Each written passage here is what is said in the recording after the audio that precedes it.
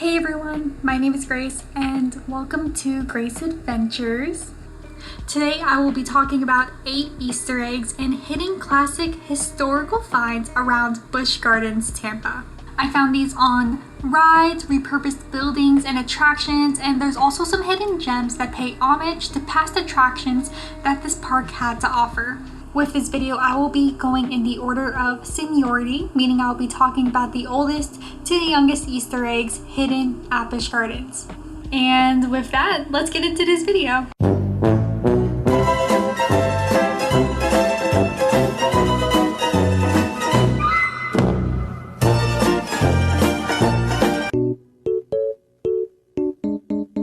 Coming to our first entry on the list, you might not even recognize how old this building is or its significance in Busch Gardens history, but this is the Hospitality House. I bet most people are amazed at this building's awkward shape, but they easily walk past it. And I understand because most people who go to theme parks are there for the attractions and the rides nowadays, but not necessarily the history lesson. Long story short, Busch Gardens used to be owned by Anheuser-Busch, the maker of Budweiser, hence the word Busch in their title. Anheuser-Busch InBev sold their parks in 2009 to the private equity firm Blackstone Group. The oldest building a part of Busch Gardens still today is the Hospitality House, which opened on June 1st, 1959, along with the brewery tour, which is non-existent today. This building was designed with the help of St. Pete architect William B. Harvard Sr., and this was also when the park officially opened. So the Hospitality House was a part of the original Busch Gardens. This building was used when guests at Busch Gardens were offered free samples of Anheuser-Busch products after touring the Anheuser-Busch brewery.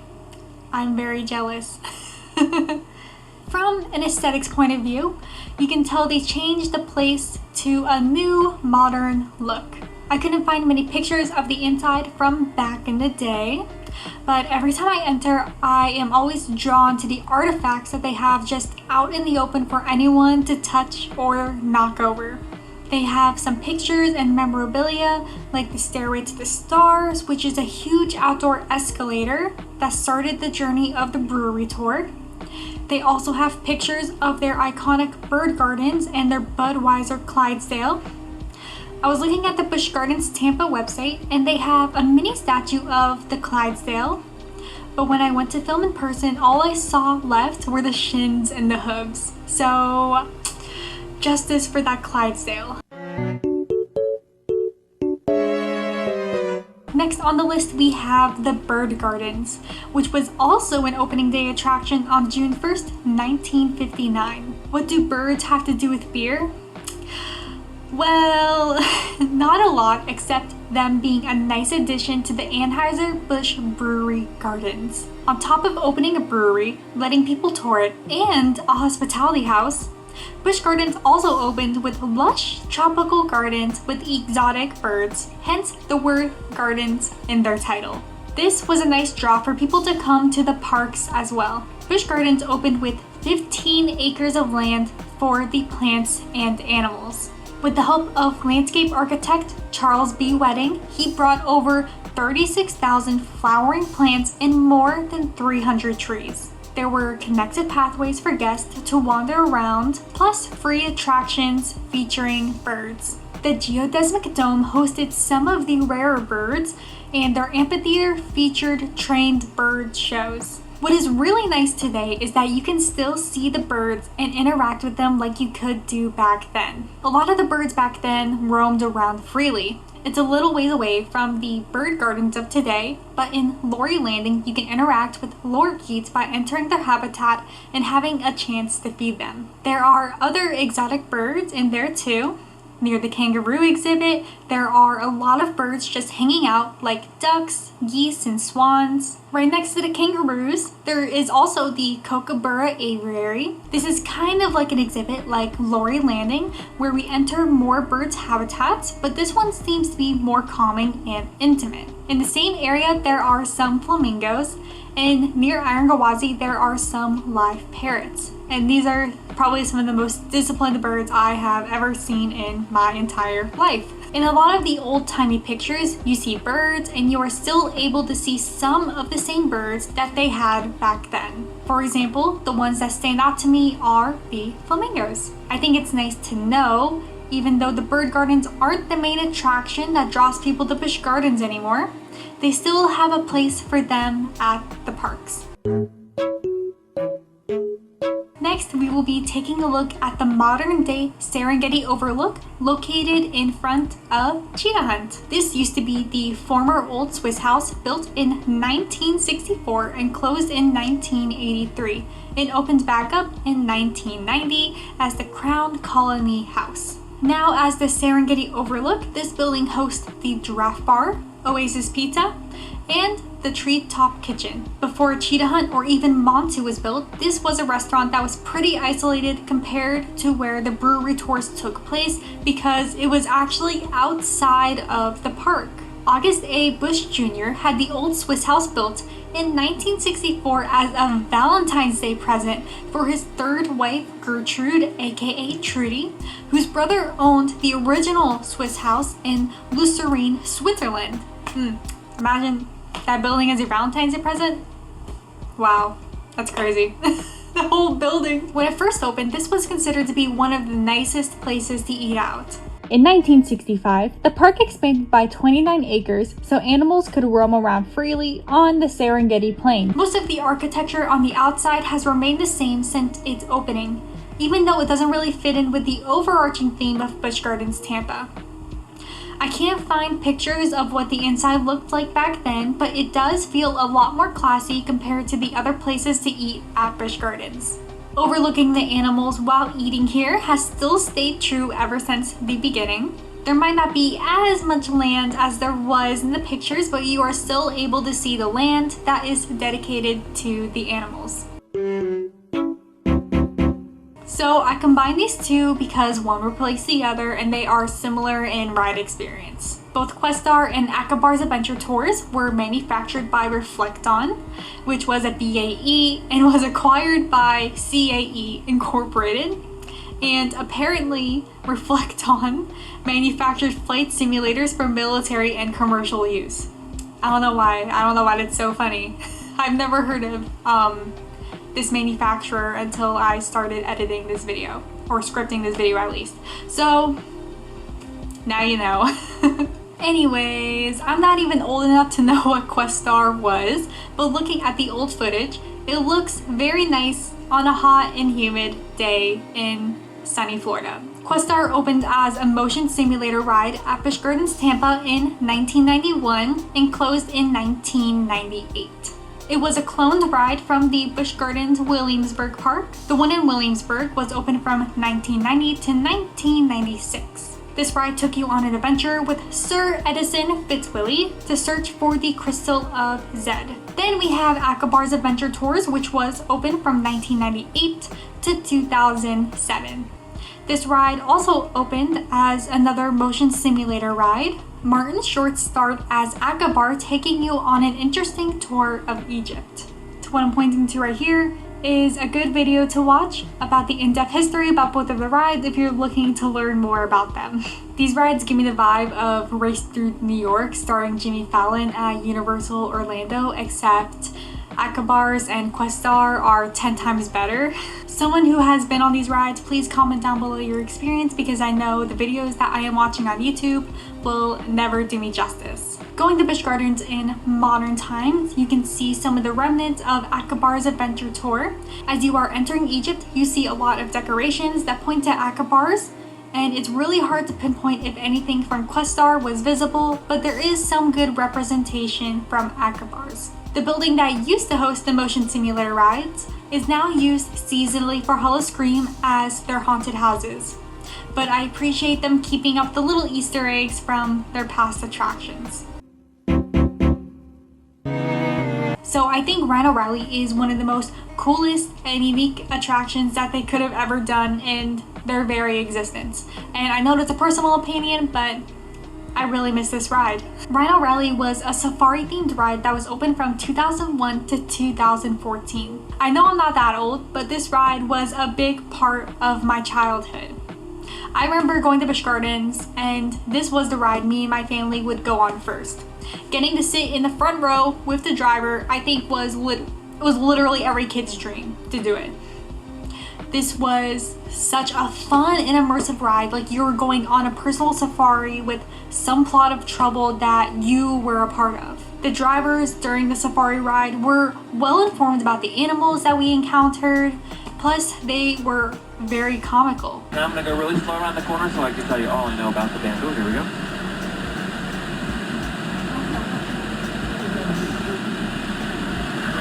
That's great, that's all I know about that bamboo. Think of this as the Jaws ride at Universal Orlando with your own personal tour guide while you're going on a journey, but you're on land and water. Well, vividly, what is left behind from the ride is first the bridge near the elephants. This is in the Nairobi area of the park right before you enter Pantopia. These would be one of the first animals that the riders would encounter. It does blend in with the surrounding area, but it is very noticeable. You get a better view of it if you go on the sky ride, and you get to see the little stabilizers for the Land Rovers. Apparently, you can still see some of the old pathway of the ride too if you look close enough while you are on the sky ride, but most of it is now gone. There was a huge interactive Land Rover that people could take pictures with right in the front of the entrance of Rhino Rally, but now it's nothing. I guess the closest thing to this is that if you visit the Land Rover near the sky ride, but it's not really as photogenic or interactive as the one that sat in the front of the entrance of Rhino Rally. You can't open the doors and it's really dusty in there, so I would say it's mostly used as decoration. For Rhino Rally, you would originally enter to where the Serengeti Flyer is right now, and that is the attraction that replaced Rhino Rally after almost 10 years of using the area as dead space. The ride originally featured a large water portion, which was a part of the ride until 2010. The driver took you the wrong direction and everyone on the ride ended up floating in the water. But unfortunately, there was a problem with the water portion of the ride. If for some reason the water part of the ride didn't work, then the land portion would operate as normal, but with the driver turning in a different direction. Making their way for Cheetah Hunt, this resulted in them stopping the water portion altogether in 2010 and rewriting the whole plot of the ride.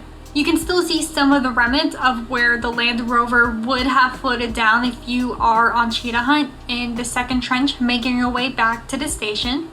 Shout out to this guy for analyzing it. Even though the video is 5 years old, it's still pretty relevant and he did a really good job at nitpicking everything. Another thing I want to add, because he did so well, was that even before Serengeti Flyers was a thing, you could see the videos and pictures of how abandoned this ride looked years after its closure. I know Cheetah Hunt is a fast ride, but if you look around you can see the pump house and the maintenance shed for Rhino Rally, the broken bridge where the waterfall was, and the breakaway bridge. You may possibly see old parts of the road via Serengeti Express and the Sky Ride still today. This one is super fun and easy as well. As you pass Cobra's Curse, you want to take a left before you enter the archway to Montu. These are where the bathrooms are. You enter the bathrooms, and I don't know how it is for the men's restroom, but in the ladies, you just make your way to the very last mirror on the right. There is something very different about this mirror because there is a button, or at least there used to be a button. Now it's just a nasty screwdriver. None of the other mirrors have this screwdriver / button. If you press hard enough on the screwdriver, you're able to unveil this hidden gem of King Tut, and he was an ancient Egyptian pharaoh. This is a nice little tribute to the King Tut's tomb, which was what Cobra's Curse replaced. King Tut's tomb was a walking attraction replicating the excavation of King Tut's tomb, opened from 1996 to 2013. It looks like they took some inspiration from the gold mask that you see in the black case in the walkthrough attraction.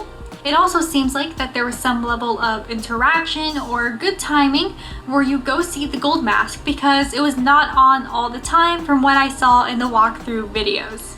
Man, let me know in the comments below if this button slash screwdriver is still working in your restroom. This video I have playing right now was posted about 8 years ago, so yeah. There used to be some cool music to go along with it too, but now it looks all so worn out and bad. I'm surprised it still works when I attempted to use it, but yeah, let me know what y'all think about that one. Speaking of King Tut's tomb, I found another Easter egg while watching the old walkthrough videos.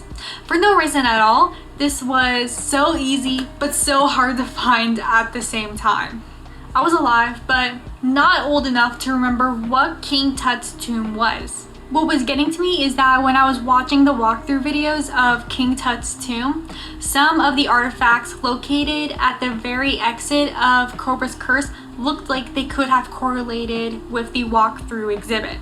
So I snapped some pictures, I went to investigating, and I looked really hard to where these statues could have been in the attraction while watching the past videos on YouTube. Well guys, I did find them in the walkthrough attraction, and I'll tell you guys where I found them. I found that 2 of them were located outside of the entrance of King Tut's tomb walkthrough attraction. The woman with the bowl on her head was located to the left of the entrance, very hard to find her. And then the stone coffin that held the mummy was to the right before you entered the building.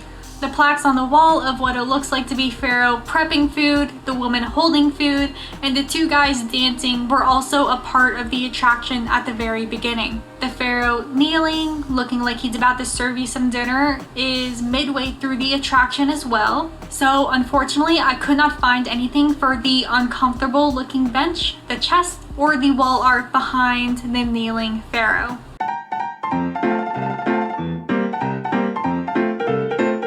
If anyone has any info, I would love to research it and uncover it for a part 2 Busch Gardens Tampa Easter egg video.